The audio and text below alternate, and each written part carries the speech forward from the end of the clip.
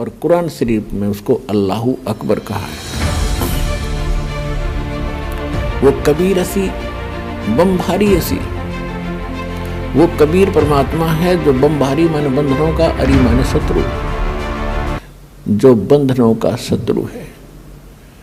अंगारी असी जो पाप नाशक है, पापों का शत्रु। अग माने पाप, अरी माने शत्रु, जो पापों का शत्रु है, जो पाप नाशक है। और बमभारी जो कर्म बंधनों, जो हमारे, क्योंकि हम संस्कार से यहाँ फंसे हैं, हमारे संस्कार यहाँ पर हैं, तभी हम उन संस्कारों से जन्म मृत्यु में लगे हुए हैं। कभी किसी से हमारा संयोग है, किसी के हम पुत्र बन गए, किसी की पुत्री बन गए, किसी के पति बने, किसी की पत्नी बने। तो ये संस्कार हमारे जो हैं, इनके कारण हम बंद में हैं। और ये काल की बंद है, कैद है, बंदी ग्रह है। तो फिर परमात्मा खुद बताते हैं कि बंदी छोड़ हमारा नामम, अदर अमर है अस्थिर ठामम। अमर करूं सतलोक पठाऊं, ताते बंदी छोड़ कहाऊं। अमर करूं, तुम्हें यहाँ सदा के लिए सुखी कर दूंगा, जन्म मृत्यु से रहित कर दूंगा, तुम्हारे सब पापों का नाश करूंगा, सब संस्कार और बंधन यहाँ से समाप्त कर दूंगा, इसलिए मैं बंदी छोड़ कहलाता हूं। अनंत कोट ब्रह्मांड में बंदी छोड़ कहाँ आए, सो तो एक कबीर हैं जो जननी जने नमाए। आदरणीय गरीबदास साहिब जी गांव छुड़ानी जिला झज्जर वाले हरियाणा वाले को परमात्मा मिले थे। 10 वर्ष की आयु थी तब उनकी। किसान के घर जन्म था, जाट जाति में, खेतों में अपना पशु चरा रहे थे, गौवें चरा रहे थे। वहां परमात्मा आए सतलोक से, जैसा उनके नियम में है, अच्छी आत्माओं को मिलते हैं, उनको अपने ज्ञान से परिचित कराते हैं, सतलोक ले जाते हैं। सतलोक ले जाकर के आदरणीय गरीबदास साहिब जी को वापस छोड़ा। उनको मृत जान करके शमशान घाट पर रख दिया था, चिता के ऊपर रख दिया था। जब चिता के ऊपर वो सचेत हुए, उठ कर चले, तो उनको आभास हुआ कि सचमुच मैं कहीं और देश में गया था। अन्यथा वो सोच बैठते, घर पर स्वप्न होता तो सोचते मैं स्वप्न देखकर आया हूँ। घर में हाहाकार मचा था, रिश्तेदार इकट्ठे हो गए थे और उनको चिता के ऊपर रख दिया गया था। तब उनको सचमुच वो एकदम दृश्य सारे सत्य महसूस हुए और परमात्मा ने उनके अंतःकरण में वो यथार्थ ज्ञान योग उनका खोल के और वो फीड कर दिया था, यथार्थ ज्ञान उनके अंदर भर दिया था। परमात्मा के ज्ञान से, परमात्मा के से प्राप्त दिव्य दृष्टि से गरीबदास साहिब जी ने फिर बताया, अनंत कोटि ब्रह्मांड का एक रति नहीं भारे, सतगुरु पुरुष कबीर हैं ये कुल के सिरजनहार। यानी हमारे सदग्रंथ बताते हैं कबीर इज गॉड, आंखों देखा वो महापुरुष बताते हैं Kabir is God. Who Kabir, वो कौन कबीर? अनंत कोट ब्रह्मांड का एक रति नहीं भारे, सतगुरु पुरुष कबीर हैं ये कुल के सिरजनहारे। हम सुल्तानी नानक तारे, दादू को उपदेश दिया, जात जुलाहा भेद न पाया, वो काशी माहे कबीर हुआ। अब स्पष्ट भी कर दिया कि हु कबीर, जो काशी में जाति जुलाहा धानक रूप में रहा करते थे, वो है वो भगवान सिरजनार। हम सुल्तानी नानक तारे, दादू को उपदेश दिया। गरीबदास साहिब जी कह रहे हैं कि मुझे और इब्राहिम सुल्तान अधम, एक मुसलमान राजा था इराक देश का,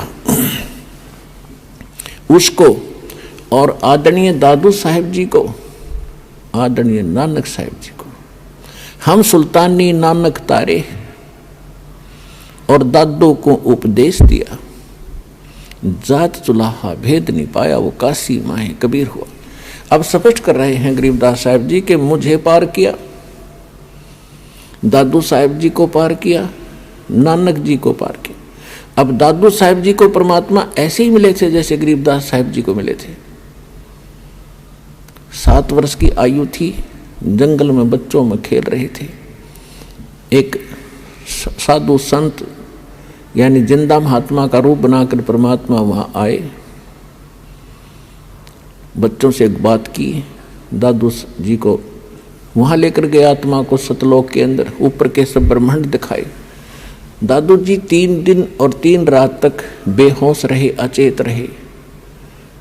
सारे नगर में हाहाकार मच गई, गांव के अंदर रिश्तेदार इकट्ठे हो गए, ना मर रहा है, ना जी रहा है, ना खा रहा है, ना पी रहा है, कोमा के अंदर चला गया।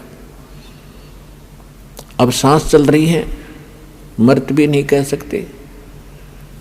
तीसरे दिन परमात्मा ने उनको आत्मा को वापस छोड़ दिया। तब उठकर उन्होंने कहा था, जिन मुझको निज नाम दिया सोए सतगुरु हमार, दादू दूसरा कोई नहीं ये कबीर सृजनहार। उसके बाद नानक साहिब जी को भी परमात्मा मिले थे बेई नदी के ऊपर। सुल्तानपुर एक शहर है, अब पश्चिमी पाकिस्तान के अंदर है। पहले ज्वाइंट भारत था सारा ही। तो वहाँ वो नौकरी करते थे एक राजा के घर, नवाब के यहाँ मोदी खाने में। नानक जी प्रतिदिन स्नान करने के लिए जाते थे। जो सुल्तानपुर के साथ से एक नहर बह रही है, दरिया नदी, वहाँ एक घाट बना हुआ था, वहाँ स्नान करने जाते थे। वहाँ परमात्मा उनको 2 बार मिले। पहली बार तो वो अपने आप जैसे यहाँ काशी में रहते थे उस रूप में गए। दूसरी बार फिर वो जिंदा महात्मा के रूप में उनको उसी स्थान पर मिले। उनको दरिया के अंदर स्नान करने के लिए डुबकी लगाने की बहाना करके 3 दिन तक अदृश्य कर दिया। कहीं और स्थान पर उनके शरीर को रखकर सतलोक के अंदर लेकर गए। तीसरे दिन ऊपर के सब ब्रह्मांड और सब कुछ दिखाकर अपना सचखंड सतलोक उनको वापस छोड़ दिया। तीसरे दिन जब नानक साहिब जी वापस आए और फिर उनको बताया गया था नानक साहिब जी को सतलोक के अंदर कि मैं काशी में जुल्हा रूप में रहता हूँ, कबीर मेरा नाम है और रामानंद जी मेरे गुरु हैं वहाँ पर।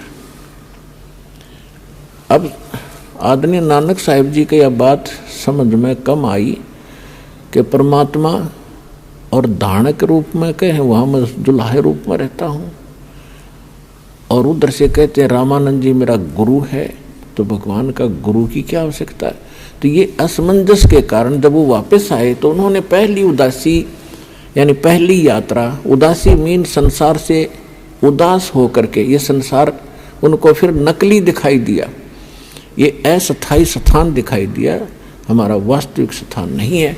जिस कारण से जगत से उदास होकर नौकरी त्याग कर नानक साहिब जी ने पहली यात्रा, पहली उदासी काशी की।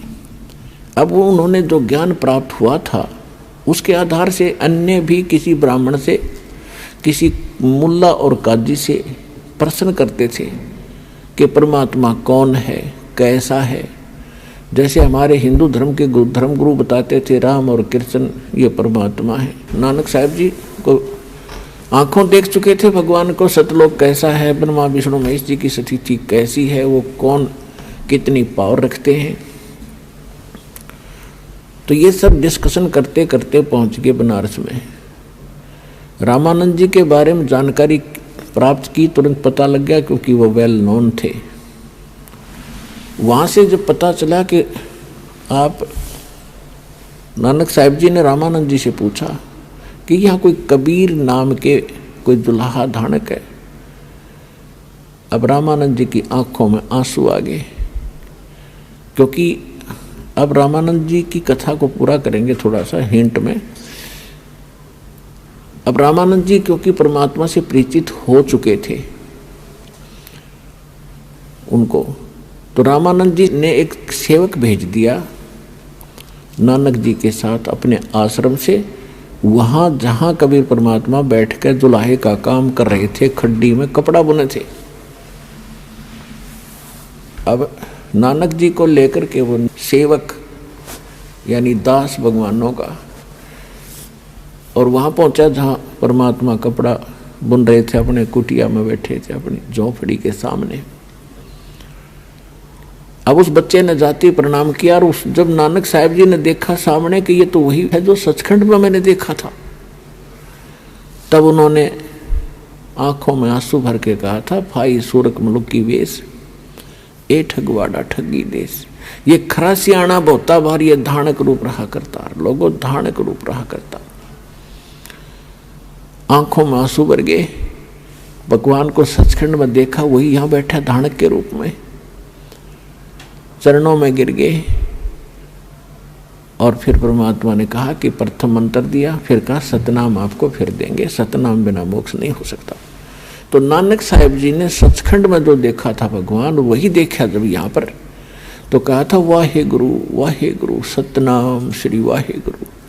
यानी सतनाम मिले, अरियो गुरु, वाह गुरु तेरी वाह गुरु, यानी धन्यवाद करते हुए कहा कर वाह वाह वाह भाई वाह, बड़ा यानी उत्तम वस्तु को, और साथ में धन्यवादात्मक जो है ये एक सामूहिक शब्द है, वाह वाह वाह गुरु और सतनाम श्री वाहे गुरु। सतनाम, तो सतनाम दो अक्षर का, जिसमें एक ओम अक्षर है और एक और सांकेतिक है, जिनको सतनाम प्राप्त है उन बच्चों को पता है। तो सतनाम के बिना मोक्ष नहीं।